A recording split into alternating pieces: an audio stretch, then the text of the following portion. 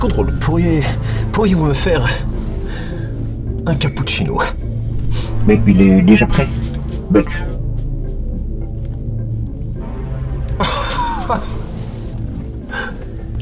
Quelle délicate attention, Contrôle. Inception est devenu une référence universelle. Succès interplanétaire indéniable, hein. Pour 120 millions de dollars, il en a rapporté 800. Cet ersatz de Matrix, The Cell, Dark City, Avalon, bon, propose de bonnes choses. Démonstration, selon certains, de la maestria de son réalisateur, directement canonisé au plus haut rang des plus grands. Une histoire allaitante, un monde incroyable, de l'action, des sentiments. Ce film couteau suisse, incontournable, est désormais présent dans tous les top best movies des années 2000. Et si jusque-là ça vous a plu, il faut que je vous dise que ça va pas durer. Car c'est ici que l'éloge s'arrête et que moi, j'interviens.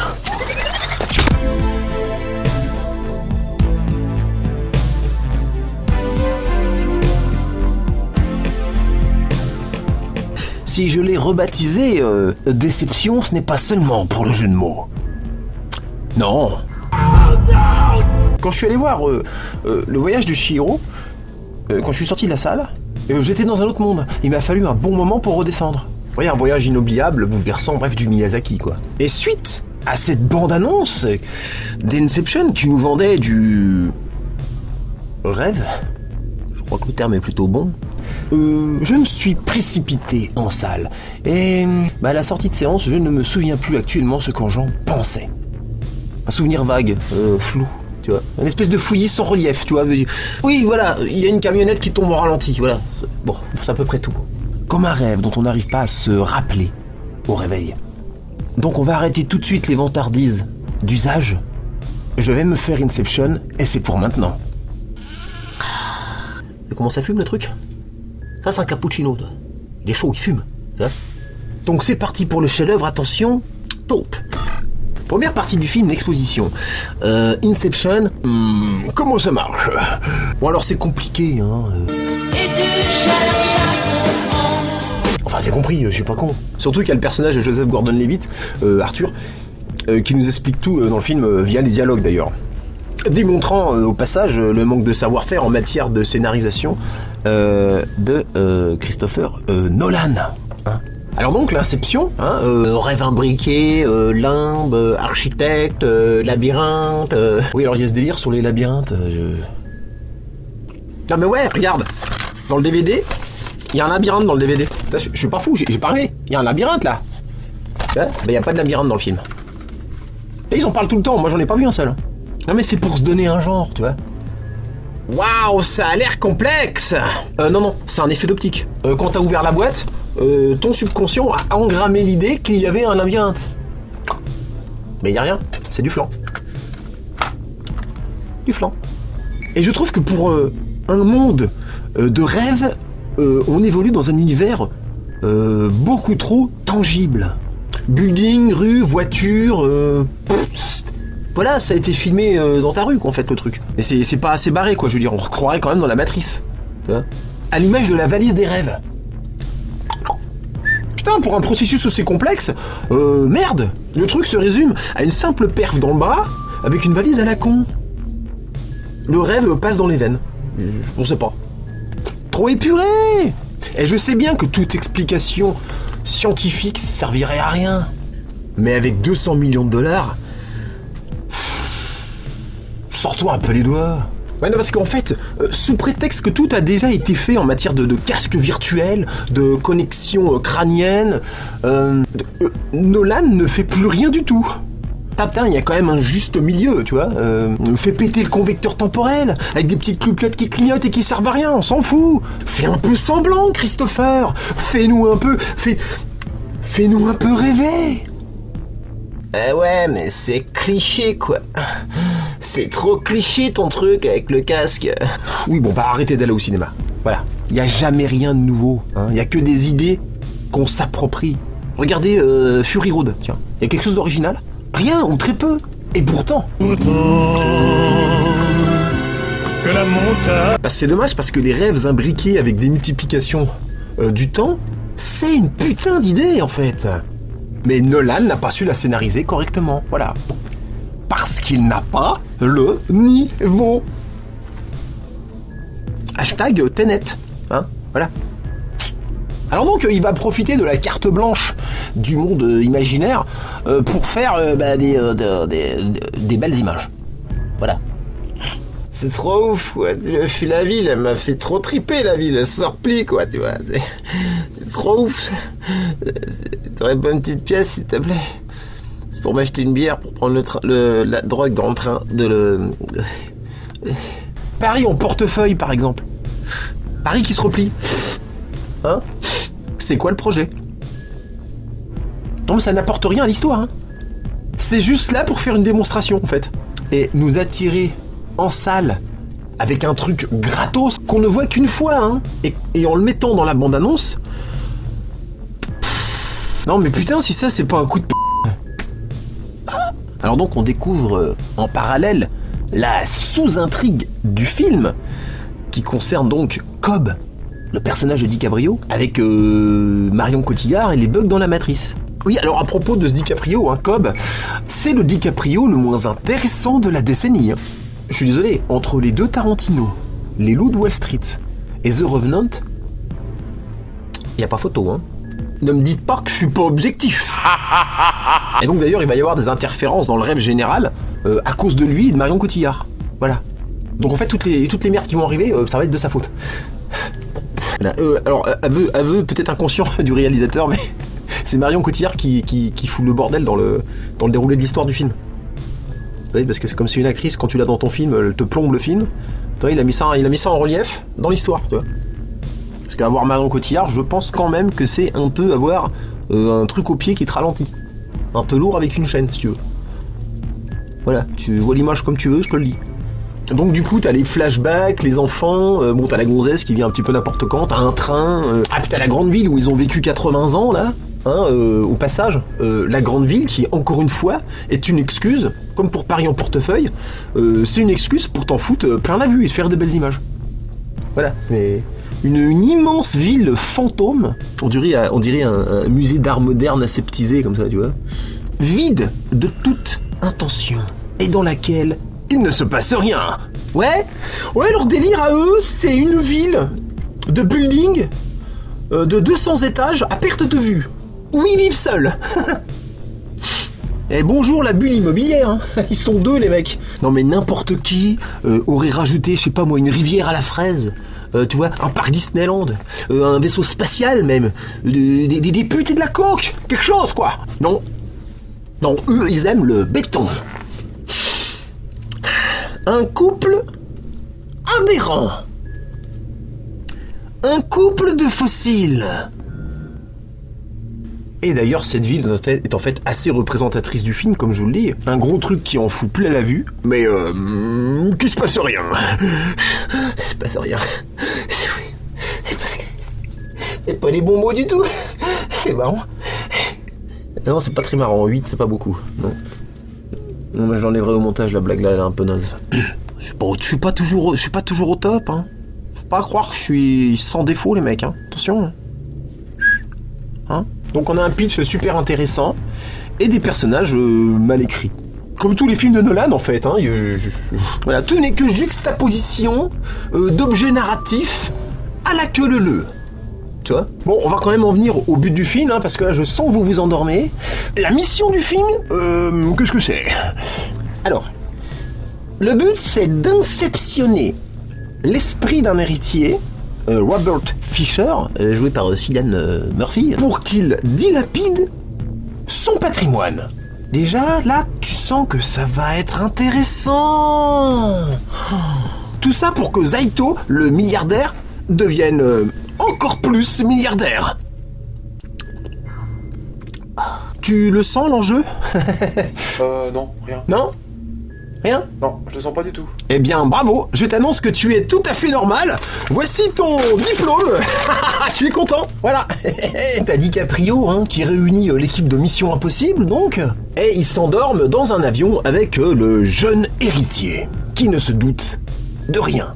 Oui, alors c'était pas le cas dans les autres rêves, mais dans celui-là, pour une explication scientifique de merde, cette fois, la mort est mortelle.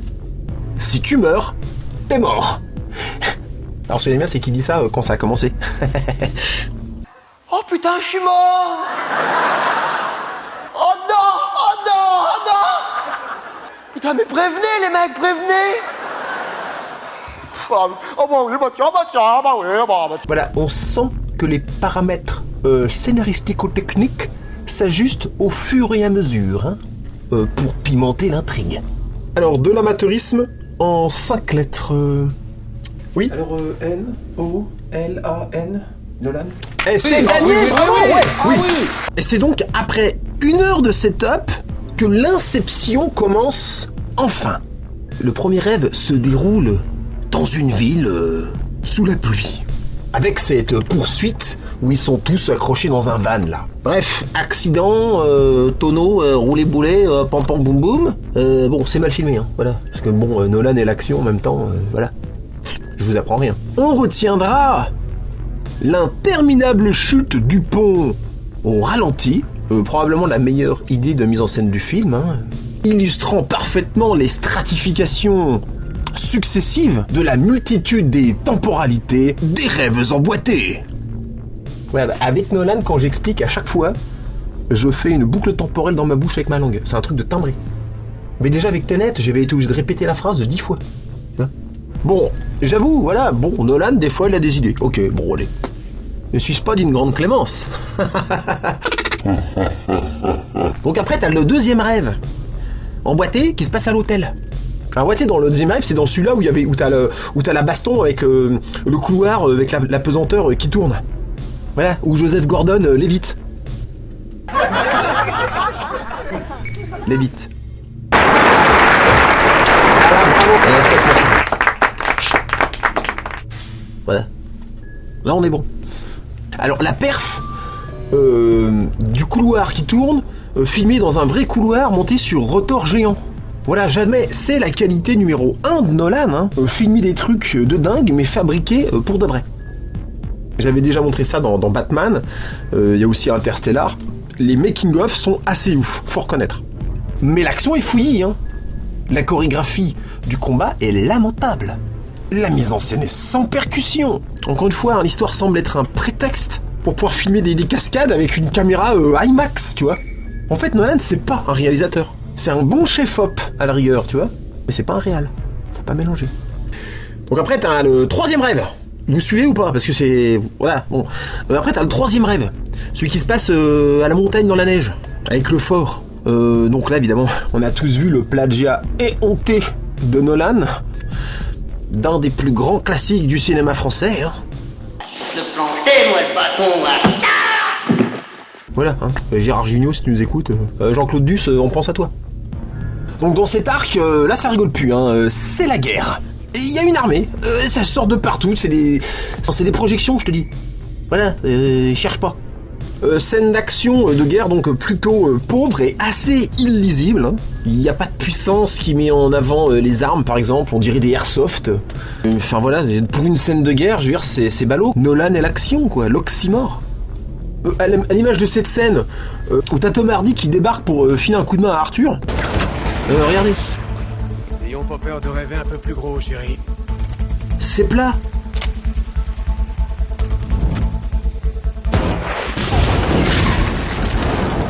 Ça n'a pas de puissance. Non mais imaginez 2 secondes la même scène dans les années 80 avec Schwarzenegger. Voilà. Bah tout de suite, il y a de la sueur, il y a une punchline. C'est collector. Bon, enfin en même temps avec Tom Hardy de toute façon. Non mais à part une pub pour des rasoirs 4 lames. Non mais tu veux faire quoi? Ouais, alors à un moment, t'as Mallory Cotillard, je sais pas quoi, qui sort du rêve, enfin qui sort du subconscient de Cobb, qui atterrit dans le rêve pour tuer Fisher. Et là, ce con, tu sais, il croit qu'elle est vraie. Il le sait qu'il y a un bug, non? Bah du coup, il a le temps de tuer Fisher. Et seulement là, il se dit, bon merde, faut que je la bute. Voilà. Mais c'est trop tard, connard. Le genre de scène qui me... Hop, il est où? Viens ici. Petit. Mais il est où? Ah, putain, je l'avais mis là. Putain, je regarde toujours 2-3 sous la main, là. Ah, c'est pas ça. Ah, putain, merde. Putain, après, on s'étonne qu'il n'y a plus de chat dans le vaisseau. Le long combat de Tom Hardy à la fin dans la neige est révélateur du non-savoir-faire de Nolan. Alors, tu vois, parce que normalement, la fin... Putain, t'es au top, tu vois, ça... Ouh, champagne. Ah non. C'est tout pourri, les combats au flingue sont pas tactiques point à rond, je veux dire les mecs se font dégommer comme des pigeons. Chorégraphiquement parlant, les bagarres, bah c'est de la merde. C'est ni athlétique, ni réaliste, ni puissant. Il est fort quand même, hein. Nolan et l'action, hein, l'oxymore. Et niveau mise en scène, n'en parlons pas, la caméra n'est jamais là où il faut. C'est pas rien, c'est plat, y a aucune puissance. On a une triple couche d'erreurs qui s'auto-catalysent les unes les autres. On résulte un climax totalement oubliable. Et surtout fouillis, hein, parce qu'on comprend pas trop cette baston là, le déplacement des troupes. On sait pas trop qu'en fait comment ça bouge. Alors oui, à la limite, le fort, il a une belle architecture, il est beau, hein. Ouais, c'est vrai. Alors le bâtiment existe en vrai en fait, hein. C'est une bibliothèque en Californie. Ouais. Ouais. Donc en fait, on a un truc à retenir, c'est que quand il y a un truc de bien dans un film de Nolan, bah en général, c'est que c'est pas de lui. Voilà, je vous le dis, hein. Alors bon, du coup, je sais pas si vous avez remarqué, mais l'intrigue du premier rêve, c'est... Oh, on nous tire dessus, oh. L'intrigue du deuxième rêve, c'est... Oh, les gens ils vont nous tirer dessus, oh. Devinez l'intrigue du troisième rêve, donc. Oh, on nous tire dessus, oh. Voilà, c'est ça. Vous sentez la pauvreté scénaristique? Surtout que comme tout le monde le sait, comme je vous l'ai déjà dit, comme je suis en train de le démontrer, les scènes de flingue avec Nolan, c'est pas No Country for All Men, hein. On est d'accord. De toute façon, de l'avis général, et tout le monde s'accorde à le dire, Nolan ne sait pas filmer l'action. C'est pas son truc. Donc qu'est-ce qu'il fait Nolan, il fait quoi? Bah il fait un film d'action. Non, je veux dire, remplir l'essentiel de ton film avec quelque chose que tu maîtrises pas, c'est comme faire un beignet fourré à la sauce Nutella saucisson. Hein, si ta sauce c'est de la merde, n'en mets pas. Hein, le beignet, il sera meilleur sans. Quatrième rêve. Bon, alors explication, qu'est-ce qui se passe? Alors il y a Fisher qui est plongé dans le rêve de Mallory et Cobb, parce qu'en fait il y a tout le temps Mallory qui débarque, hein. Et comme c'est elle qui lui a tiré dessus, bah probablement qu'elle a dû l'emmener avec elle dans le rêve imbriqué un étage en dessous. Bon bah pourquoi elle lui tire dessus? Parce que ouais, c'est vrai que techniquement elle le connaît pas. Si c'est Cobb qui l'a créé comme ça, la question se pose encore plus. Mais vous verrez qu'en fait on va pas s'imposer, hein, parce que bon, on n'a pas le temps. Hein. Oui, alors si vous êtes pas fan de Marion Cotillard, je vous propose d'arrêter le film à ce moment-là, hein, parce que... Donc il y a Ariane qui sauve Fisher en le jetant dans le vide, et se jette dans le vide pour se réveiller à son tour. Du coup, comme tous les autres en fait, il va y avoir ils vont être réveillés par une succession de morts en cascade. Défenestrés dans le quatrième, explosés dans le troisième, re-explosés dans un ascenseur dans le deuxième, et réveillés avec de l'eau, cette fois dans le premier rêve. Voilà, c'est un espèce de quadruple réveil à rebours. Donc retour dans le siège confortable de la première classe affaires Air France. Mais alors attends, parce que c'est pas fini pour tout le monde ce petit jeu de poupée russe. Il y a un cinquième niveau, hein, le niveau des limbes, où Cobb va juste chercher Zaito, touché dans le premier rêve, mais mort dans le troisième, il me semble, qui a donc passé, je sais pas, près d'un siècle piégé dans un rêve en fait qui ne dure que 10 secondes. Voilà, attendant que quelqu'un vienne lui expliquer que pour se réveiller, il faut qu'il se mette une balle dans la tête. Voilà. Encore une fois, désolé, c'est pas GG comme intrigue.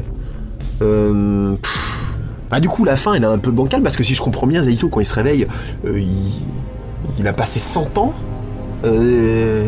dans un rêve, quoi. Il est pas devenu fou. Enfin, tu vois, à son réveil, tu te dis, le mec, il est pas devenu timbré. Bref, coffre-fort, testament, papa, je t'aime, bisous, bisous, dilapide mon empire, fais comme tu veux, mais vends tout à Zaito, s'il te plaît. Alors, c'est à peu près ça le message subliminal qu'ils lui mettent dans la tête. Voilà, un Fisher inceptionné va donc probablement vendre l'entreprise de son père. Mission accomplie. Ah, attends, parce que moi je me demande comment Fisher, il a pas reconnu les mecs à l'aéroport. Parce que dans son avion et dans l'aéroport, parce que c'est les mêmes que dans son rêve. Il a été formé quand même à ça normalement, tu vois, donc il aurait dû les reconnaître. Ouais, ça l'intrigue pas plus, quoi, tu vois. Dernière scène du film, Cobb retrouve ses enfants.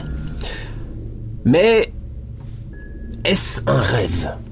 Et donc vous avez compris, on va donc en venir à ce dernier plan avec la fameuse toupie de mes deux là. Alors les totems, bon j'ai essayé de chercher à comprendre. Et tu cherches à comprendre. On m'a dit... Ça sert à rien, tu perds ton temps. Alors moi je trouve que le fonctionnement des totems c'est un peu bancal, hein, perso. Mais on l'accepte rapidos pendant l'exposition du film.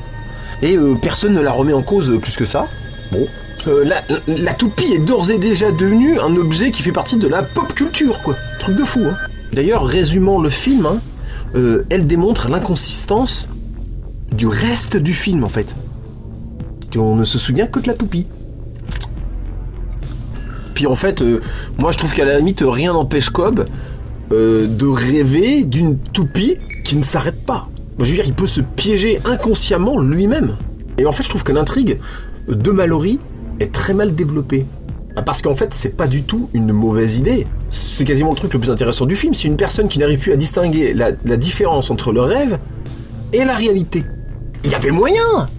Mais c'est traité au ras des pâquerettes, putain. Noyé dans une intrigue d'héritier dont on a peine à saisir le réel enjeu, la réelle urgence.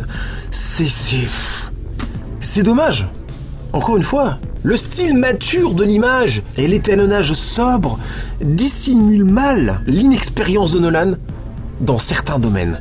Action, scénar, personnage. Oui, alors il y a de belles images, donc comme je vous le disais, c'est pas un réal, c'est un chef-op. Voilà. Et puis finalement, on sait pas vraiment ce qui s'est passé, je veux dire... non mais en fait, si ça se trouve depuis le début, c'est un rêve en fait, tu vois. Tout ça, c'était peut-être pour aider Cobb à faire le deuil. Il n'y a pas d'autres membres de la famille d'ailleurs. Les enfants, qui les a vus à part lui? Est-ce qu'ils existent ces enfants? Nolan joue avec les rêves sans talent en singeant Blade Runner avec une toupie. Mais non. Du coup, il est content, voilà, hein, queue de poisson, hein. Voilà, c'est évident qu'il n'y a pas de solution. Voilà, on saura pas, hein, c'est pour nous faire parler. Moi, j'ai même pensé à un moment que c'était en... Wow. Vous vous êtes endormi, Butch. Ouais, je sais, ouais. Wow. Putain, j'ai rêvé que je chroniquais un film avec Marion Cotillard et que la nana, elle... Wow. J'ai rêvé que je rêvais dans un rêve endormi quand soudain d'un coup, le... Vous êtes endormi, Butch. Non mais là ça devient chiant là.